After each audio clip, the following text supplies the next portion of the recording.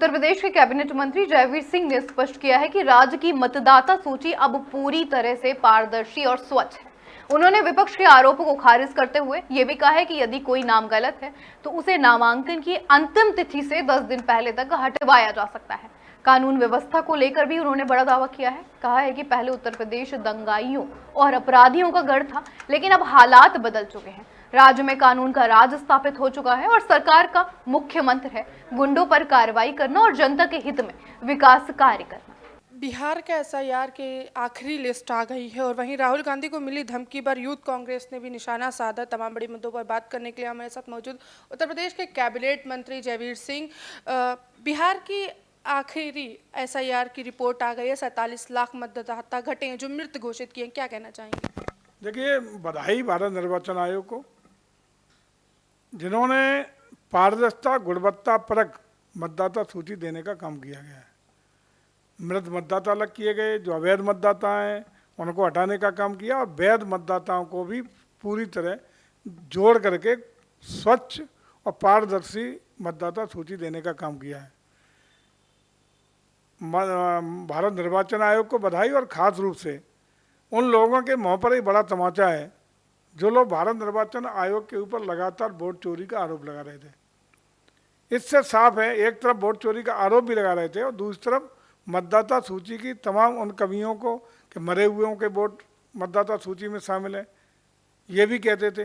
लेकिन सारी चीज़ों को दुरुस्त करते हुए नई सूची भी प्रस्तुत की गई है और इस सूची में भी एक अवसर दिया गया है कि इसके बावजूद भी यदि ऐसा कोई मतदाता है जो वास्तविक है, जो वास्तव में छूटा है, तो वो नामांकन तिथि से 10 दिन पूर्व तक क्लेम करके अपने नाम को जुड़वाने का काम कर सकता है।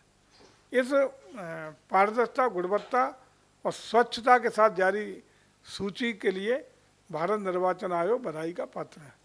राहुल गांधी को मिली धमकी पर यूथ कांग्रेस का कहना है कि भाजपा राहुल गांधी के सत्य और न्याय की लड़ाई से घबराई हुई है। उन्हें कहना भी चाहिए। उनके कांग्रेस के कार्यकर्ता क्यों नहीं कहेंगे? उनके नेता को फॉलो करना उनका दायित्व है। लेकिन भारतीय जनता पार्टी लगातार राष्ट्र हित में, लोक हित में, जनहित में, सभी के कल्याण के लिए, सभी की भलाई के लिए, राष्ट्र को परम वैभव ऊंचाइयों पर पहुंचाने के लिए, विकासशील भारत से विकसित भारत बनाने के लिए, पुनः विश्वगुरु बनाने के लिए रात दिन, इसकी चाहे केंद्र की सरकार हो या विभिन्न राज्यों की सरकारें हों, लगातार पारदर्शिता के साथ, गुणवत्ता के साथ काम कर रही है। इसके लिए लगातार हमारे नेता रात दिन मेहनत कर रहे हैं। बरेली हिंसा के बाद अब महाराष्ट्र के मालागंज गांव से एक मौलाना ने अभद्र टिप्पणी की है, क्या कहना चाहेंगे? देखिए, दंगाइयों के खिलाफ, कानून को अपने हाथ में लेने के खिलाफ उत्तर प्रदेश सरकार लगातार जिस तरीके से काम कर रही है, उसका परिणाम है कि आदरणीय योगी जी के नेतृत्व में विगत सालों में लगातार जो इस पर कानून और व्यवस्था पर काम किया गया है, एनसीआरबी के नए ताज़ी जो आंकड़े हैं वो स्पष्ट दर्शा रहे हैं कि उत्तर प्रदेश जो दंगाइयों का प्रदेश हुआ करता था, अपराधियों का प्रदेश हुआ करता था, अब अपराधों की ऐतिहासिक रूप से कमी आने में, चाहे महिला अपराध हो, बाल अपराध हो, अन्य अपराध हो, ऐतिहासिक रूप से कमी आई है। ये आंकड़े एनसीआरबी के अभी लेटेस्ट आप आंकड़े देखेंगे तो उसे स्पष्ट है कि उत्तर प्रदेश में कानून का राज है।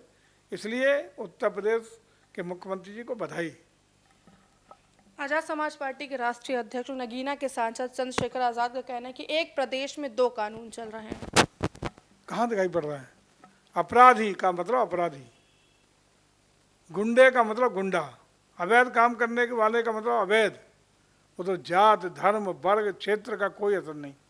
जो कानून को हाथ में लेगा, जो अवैध काम करेगा, उसके खिलाफ कार्रवाई करने का काम सरकार करेगी। और विकास के मामले में एक ही फॉर्मूले पे हमारी सरकार काम कर रही है, सबका साथ, सबका विकास। उसी के तहत चाहे विकास की लोक कल्याणकारी योजना हो, जन कल्याणकारी योजना हो, डेवलपमेंट की योजना हो, इसी आधार पर देने का काम हम लोग लगातार कर रहे हैं। तेजस्वी यादव का कहना, जब वोटर लिस्ट सामने आई उसके बाद कहना कि डबल इंजन की सरकार दुगनी तेजी से हारेगी। चलिए इंतजार करें, अब तो चुनाव नाई कितने बार सामने आने वाले हैं। मुझे लगता है कि प्रचंड बहुमत से हमारी सरकार बिहार की जनता चुनने वाली है। आखिरी सवाल मंत्री जी, सपा के कद्दावर नेता इरफान सोलंकी जेल से बाहर आ गए, उसके इससे पहले आजम खान आए थे, एक के बाद एक सपा के कद्दावर नेता बाहर आ रहे, क्या लगता है 27 में सरकार बनने की कोशिश पूरी करी जा रही है? देखिए, जो भी जेल में होता है उसको जमानत मांगने का हक होता है। न्यायिक प्रक्रिया में सरकार का कोई हस्तक्षेप नहीं होता। इंडिपेंडेंट रूप से वो काम करते हैं, स्वतंत्र रूप से काम करते हैं, और वही काम न्यायालय के द्वारा जो भी आदेश हो उस पर मेरी कोई टिप्पणी नहीं। लेकिन भारतीय जनता पार्टी और उसकी सरकार, योगी जी की सरकार, बहुत मजबूती के साथ प्रचंड बहुमत है तीसरी बार बनने का काम होगा, और लंबे समय तक अभी कहीं किसी अन्य दल के लिए स्कोप उत्तर प्रदेश में फिलहाल नहीं है। तो ये तो मेरे साथ उत्तर प्रदेश के कैबिनेट मंत्री जयवीर सिंह, उन्होंने कई तमाम बड़ी बातें कही और कांग्रेस के यूथ का भी जवाब कैसे दिया। कैमरा पर्सन अमित के साथ मैं उजला, न्यूज़ लखनऊ।